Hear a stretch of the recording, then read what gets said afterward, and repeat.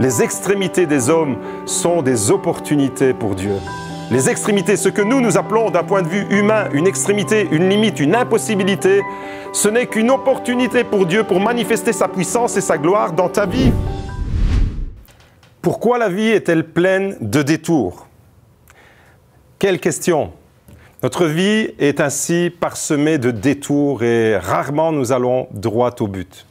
Un des versets les plus connus de la Bible, nous le trouvons dans le prophète Jérémie au chapitre 29, verset 11, nous dit ceci. « Moi je connais, dit l'Éternel, moi je connais les projets que j'ai formés sur vous, projets de paix et non de malheur, afin de vous donner un avenir et de l'espérance. » Personnellement, ce verset, je l'aime beaucoup parce que lorsque je le lis, lorsque je médite cette parole a un effet stimulant dans ma vie. Elle me parle des projets que Dieu a pour mon existence. Elle me parle de la paix que Dieu veut m'offrir. Cette parole veut me conduire vers un avenir que Dieu veut m'assurer, un avenir et de l'espérance. Elle me parle des promesses de Dieu. Cette parole, on pourrait dire, me dit que Dieu a un plan précis pour ma vie. Dieu a un plan pour ma vie et ce plan est parfait.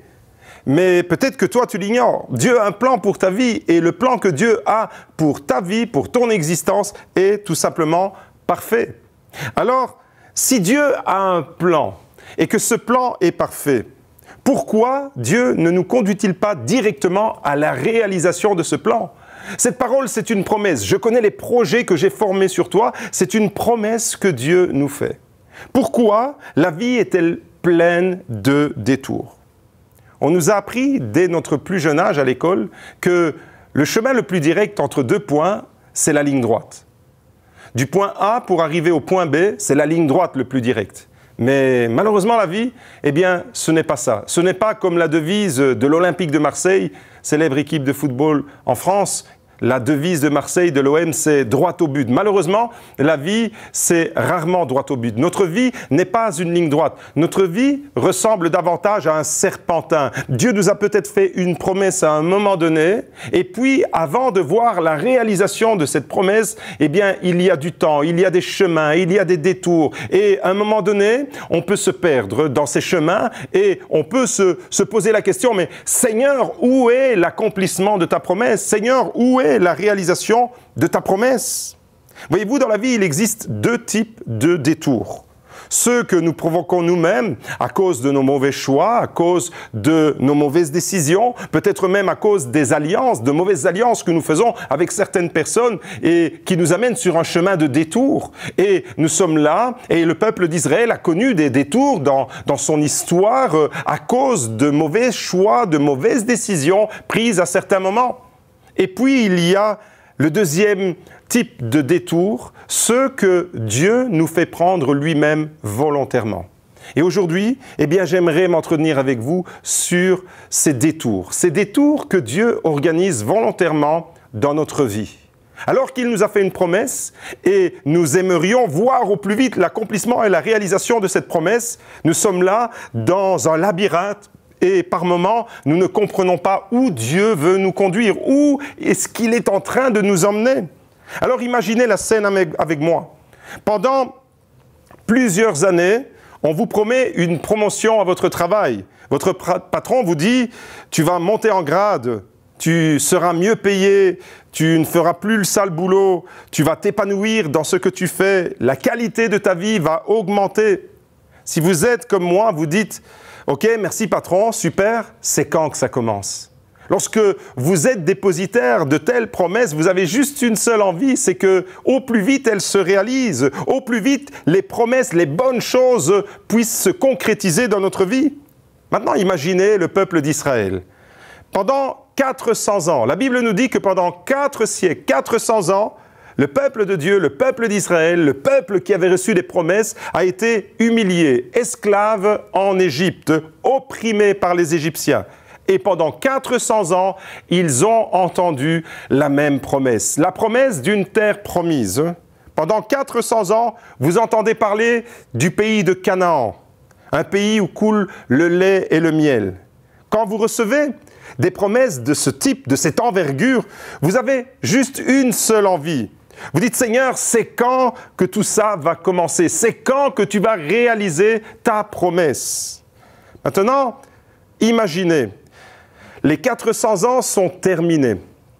Le temps de la promotion est enfin arrivé. La qualité de votre vie va enfin augmenter.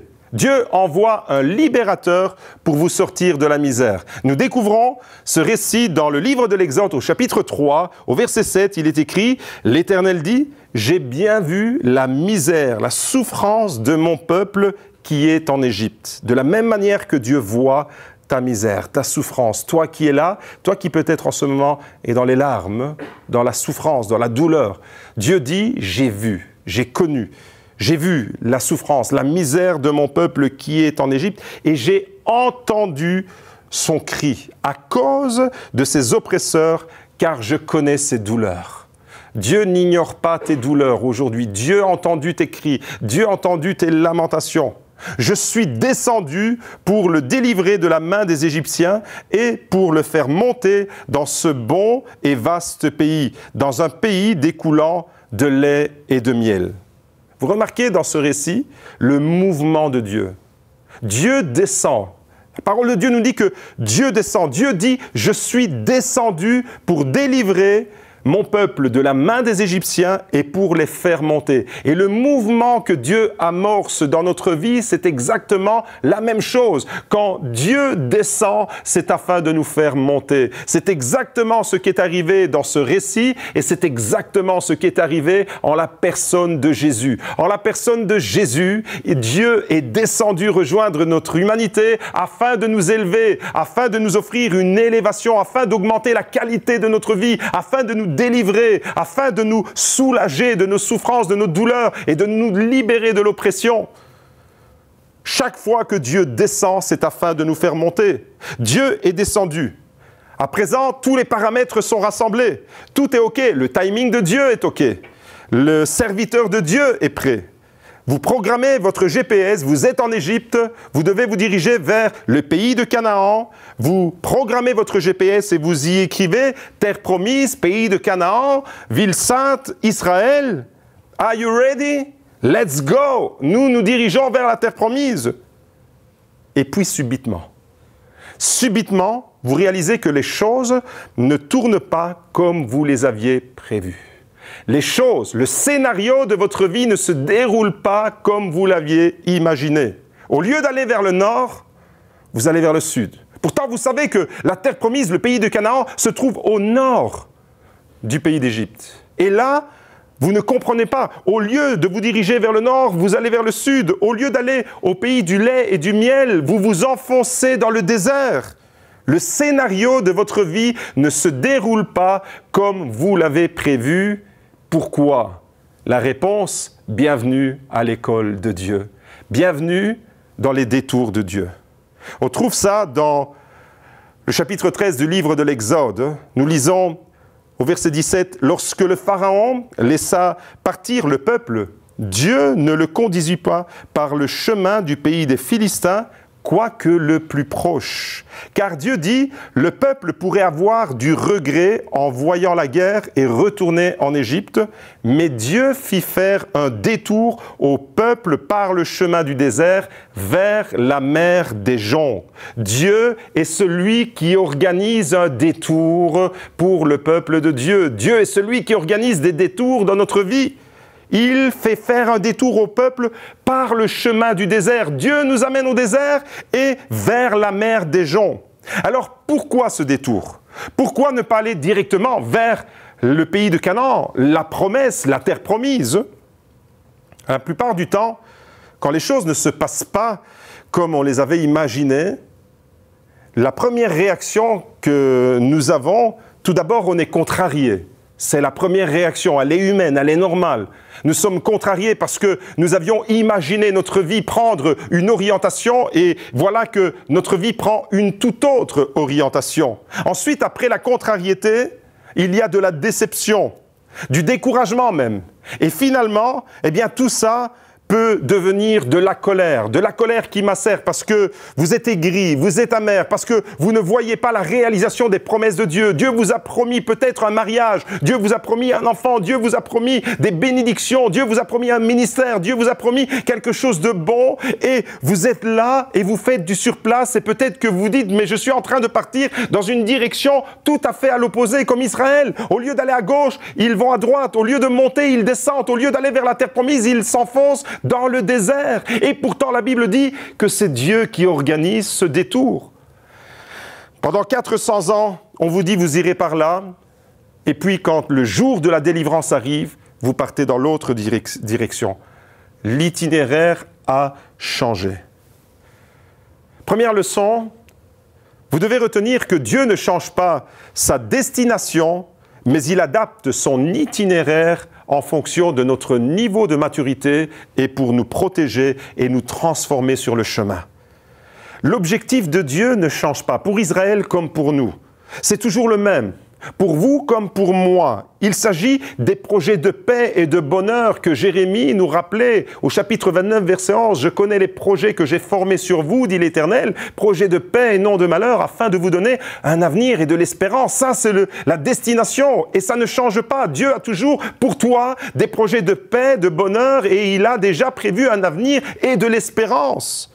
Les projets de Dieu ne changent pas. L'objectif reste celui de la terre promise. Mais Dieu adapte sa pédagogie en fonction de notre niveau de maturité spirituelle.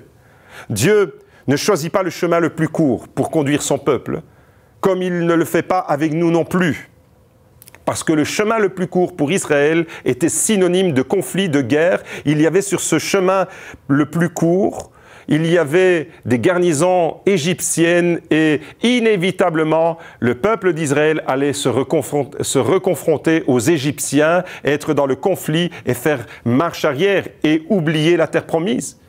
Dieu sait comment il conduit nos chemins. Dieu sait comment il conduit nos vies. Pour nous, détour égale perte de temps. Mais pour Dieu, détour, c'est un moyen de bénédiction. Les détours de Dieu sont des moyens de protection même. Les détours de Dieu sont des moyens pour vous bénir. Ce que nous appelons détours sont en réalité des bénédictions que Dieu a programmées. Dieu ne change pas sa destination, Dieu ne change pas son projet, Dieu ne change pas la finalité de ce qu'il veut réaliser dans votre vie, mais il adapte et il peut orienter différemment l'itinéraire. La vie avec Dieu n'est pas une ligne droite, c'est souvent un serpentin, et ce serpentin, c'est Dieu lui-même qui l'organise. Deuxième leçon, deuxième difficulté dans le récit. Dieu conduit son peuple non seulement dans le désert, mais vers la mer des joncs, ce qu'on appelle communément la mer Rouge. Dieu conduit son peuple maintenant devant une difficulté supplémentaire. Alors pourquoi Dieu conduit-il son peuple vers la mer des joncs? D'où lui est-elle venue cette idée étrange? C'est quand même un processus assez interpellant, assez spécial. Dieu délivre Israël de l'oppression des Égyptiens en vue de les conduire en terre promise. Et voilà que maintenant, le peuple prend une orientation vers le désert. Et non seulement la difficulté du désert, mais la Bible dit que Dieu les amène devant la mer. Une autre difficulté, un autre obstacle. En réalité, en hébreu, la mer des joncs se dit Yam Sof. Et Yam Sof, littéralement, signifie la mer des limites. La mer des extrémités. C'est quand je suis confronté à mes limites, à mes extrémités, que le miracle de Dieu peut se réaliser, se manifester dans ma vie. Dieu nous conduit devant nos propres limites. Dieu nous conduit devant nos propres Yam Sof. Par moments, Dieu nous conduit devant ce qui est pour nous une extrémité afin que la puissance de son intervention se manifeste. Dieu conduit son peuple de façon miraculeuse. Dieu a le regard sur Israël comme il a le regard sur toi. Et Dieu conduit Israël devant Yam Sof. Yam Sof devient une barrière. Dieu te conduit peut-être devant tes limites, devant tes extrémités, afin que sa puissance puisse se manifester dans ta vie. J'aime ce proverbe anglais qui dit « Les extrémités des hommes sont des opportunités pour Dieu. Les extrémités, ce que nous appelons d'un point de vue humain, une extrémité, une limite, une impossibilité, ce n'est qu'une opportunité pour Dieu pour manifester sa puissance et sa gloire dans ta vie. Et c'est quand on dit aujourd'hui encore, Seigneur, je suis limité, je suis à l'extrémité. C'est à ce moment-là, quand tu confesses à Dieu que tu es limité, que tu n'as pas de ressources, que tu es face à tes extrémités, c'est à ce moment-là que Dieu va agir dans ta vie. En ce moment, tu es devant des limites en capacité humaine peut-être, des limites intellectuelles, des limites financières, des limites spirituelles. Mais Dieu aime se glorifier en conduisant la vie de ses enfants de façon miraculeuse. Dieu se glorifie toujours dans la vie des personnes qui disent « Seigneur, je suis limité ». Et peut-être que c'est la confession que tu dois faire à Dieu aujourd'hui. C'est peut-être que tu croyais avoir toutes les choses en main, mais en réalité, Dieu te conduit devant tes limites, devant tes extrémités. Et c'est à ce moment-là que Dieu se glorifie dans ta vie. Il se glorifie quand tu lui dis « Seigneur, je suis limité, mais je m'appuie sur un Dieu qui transcende les limites. J'ai besoin, voyez-vous, de Dieu dans ma vie personnelle, j'ai besoin de Dieu, je dois dépendre de Dieu constamment. Parce qu'il me conduit devant mes propres limites, devant mes impossibilités, devant la tâche qu'il me confie. Des fois, c'est tellement grand. Je dis, Seigneur, c'est au-delà de mes limites. Je suis devant une extrémité. Je dépends de toi. Et je t'invite à faire cette prière. Dis-lui, Seigneur, je dépends de toi. Je suis devant une extrémité et j'ai besoin de toi. J'ai besoin de Dieu dans ma vie personnelle. J'ai besoin de Dieu. Tu as besoin de Dieu dans ta vie de couple, dans ta vie familiale, dans ta vie professionnelle. Je dépends de lui pour ma santé physique, psychique et spirituelle, pour mes finances, pour mon travail, pour préparer un mariage peut-être, pour finaliser mes études, pour entrer dans un nouveau job, pour obtenir une promotion, pour bâtir ma maison. Yam sauf, j'ai des limites dans toutes ces choses que je viens d'énumérer. Yam sauf, je suis confronté à Yam sauf, la mer des limites, la mer des extrémités. Yam sauf, je suis limité, mais je me confie dans un Dieu qui transcende mes limites. Mon frère, ma sœur, quand tu ne comprends pas pourquoi, quand tu ne comprends pas pourquoi tu traverses le désert, quand tu dis quel avenir, quel horizon, quelle perspective pour ma vie, quelle perspective pour mes enfants, je suis bloqué, je n'ai pas de solution, je suis limité, je suis devant Yam sauf, je suis devant une extrémité. C'est à ce moment-là que tu découvres que Dieu est en train d'organiser et Dieu est en train d'accomplir le miracle de ta vie, son plan merveilleux. Les projets de paix et de bonheur vont se manifester parce que Dieu a dit, et il ne revient pas sur sa promesse, j'ai pour toi un avenir et de l'espérance. Même lorsque tu es confronté à Yam sauf, Dieu t'amène devant tes limites pour que sa puissance et sa gloire te permettent de transcender tes limites. En Exode 14, verset 21, nous lisons « Alors Moïse étendit sa main sur la mer. L'Éternel refoula la mer toute la nuit par un puissant vent d'est. Il mit la mer à sac et les eaux se fendirent. Les Israélites entrèrent au milieu de la mer à pied sec et les eaux furent pour eux une muraille à droite et à gauche. » Yam sauf est transcendé. Nos limites sont transcendées. Nos détours, en réalité, ce que nous appelons, nos détours, sont des tremplins qui nous propulsent dans sa bénédiction. Alors, mon ami, j'aimerais terminer en te disant et en te lançant une invitation, crois-le fermement. Dieu veut transcender toutes les limites de ta vie, toutes les extrémités devant lesquelles tu te trouves. Yam sauf. Dieu te conduit devant ta Yam sauf. Je ne sais pas quelle est la Yam sauf devant laquelle tu te trouves en ce moment, mais il y a une mer de limites, une extrémité. Pour toi, c'est insupportable. Et c'est à ce moment-là, quand tu dépends de Dieu, lorsque le peuple d'Israël s'est retrouvé devant Yam sauf, il y avait la difficulté du désert, il y avait la difficulté de la Yam sauf, de la mer des limites. Et il y avait également la difficulté de Pharaon qui arrivait, pris dans un étau. Et c'est à ce moment-là, quand tu n'as plus de solution, quand tu cries à Dieu, c'est à ce moment-là qu'il est un waymaker. Il ouvre un chemin là où tu ne le vois pas maintenant. Il te conduit vers un avenir glorieux. Dépends de lui tout simplement et ne laisse pas Yam sauf être un blocage définitif pour toi.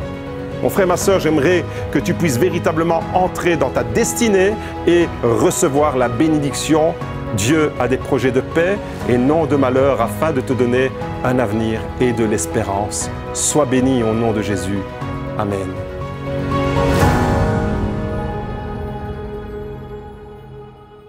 Shalom, j'espère que vous avez aimé cette vidéo. Abonnez-vous pour ne pas rater nos programmes. Merci de faire partie de notre famille TBN. Que Dieu vous bénisse. Shalom de Jérusalem.